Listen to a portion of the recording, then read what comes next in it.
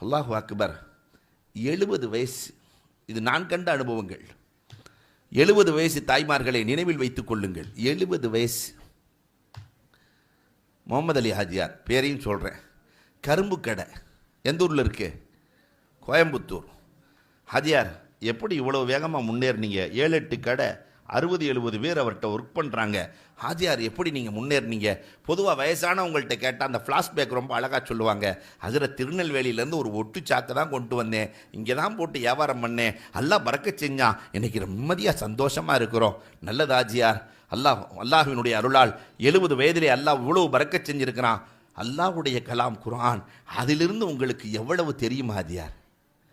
15 வயசு விளையாட்டு பருவம் விட்டுருங்க, பாக்கி 55 வருஷம், வருஷத்துக்கு ஒரு சூறான்னா கூட 55 வருஷத்துக்கு 55 சூறா தெரியணுமே.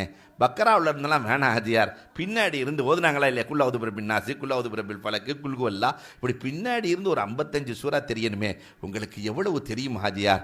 அவர் கண் கலங்கினார். ஹஜரத் 4 சூறா தான் தெரியும், இந்த விஷயத்துக்குள்ளே நான் வரவே இல்லை ஹஜரத். துன்யா என்னை பிடிச்சி இழுத்து போட்டுரு ஹஜரத். 4 சூறா தெரியும், அல்ஹம்து சூறா தெரியும், குல்குவல்லா தெரியும், குல்லாவது பிரபில் ஃபலக், குல்லாவது பிரபின் நாஸ் தெரியும்.